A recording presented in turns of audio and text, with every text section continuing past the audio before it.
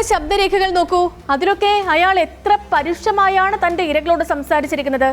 ഗർഭഛിദ്രത്തിന് നിർബന്ധിച്ചത് മാത്രമല്ല ഇവിടുത്തെ പ്രശ്നം, അതൊക്കെ മനസാക്ഷി തരുമ്പുമില്ലാത്ത പുരുഷന്മാരുടെ ഒരു പൊതുരീതിയാണ്. കൊന്നുകളയാൻ നിമിഷങ്ങൾ മാത്രം മതി എന്ന ആ പ്രയോഗം നോക്കൂ.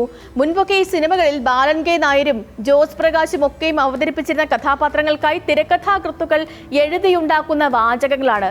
ശരിക്കും അവരൊക്കെ വ്യക്തിപരമായി നല്ല മനുഷ്യരായിരുന്നു. അവരുടെ കഥാപാത്രങ്ങൾ മാത്രമാണ് ഇങ്ങനെയൊക്കെ പെരുമാറിയിരുന്നത്. കൊല്ലാൻ എത്ര സമയം വേണമെന്ന ചോദ്യത്തിലും വലിയ മനുഷ്യത്വമില്ലായ്മ വേറെയില്ല. ഇതിനൊക്കെ അപ്പുറത്ത് മറ്റൊന്നുകൂടിയുണ്ട്. സ്വന്തം ഇരകളെ അഭിസംബോധന ചെയ്യാൻ ഉപയോഗിച്ച പദങ്ങളാണ്. തെറികൾ 50% സ്ത്രീവിരുദ്ധമാണ്, ശേഷിക്കുന്ന 50% പിന്നാക്ക വിരുദ്ധവും. സ്ത്രീകളെയും അരുകുവൽക്കരിക്കപ്പെട്ടവരെയും അപമാനിക്കാനുണ്ടാക്കിയതാണ് തെറികളുടെ പദാവലി തന്നെ. ആ പദാവലികളിൽ നിന്നുള്ള വാക്കുകളാണ് ഒരു ലോഭവും കൂടാതെ തൊടുത്തുവിടുന്നത്. തെറികൾ ഉപയോഗിച്ച് അറപ്പും വെറുപ്പും തീർന്നവർക്ക് മാത്രമേ ഇങ്ങനെ അടിക്കടി എടുത്ത് പ്രയോഗിക്കാൻ കഴിയൂ. നിത്യജീവിതത്തിൽ ഇത്രയും തെറികൾ ഉപയോഗിക്കുന്നയാൾ എങ്ങനെ ഒരു ജനപ്രതിനിധിയാകും? അതുതന്നെയാണ് അയാളുടെ മനുഷ്യരോടുള്ള നിലപാടിന്റെ തെളിവും. കടുവയുടെ കയ്യിൽ കുടൽ കഴുകാൻ കൊടുക്കുന്നു എന്നൊരു പഴഞ്ചൊല്ലുണ്ട്.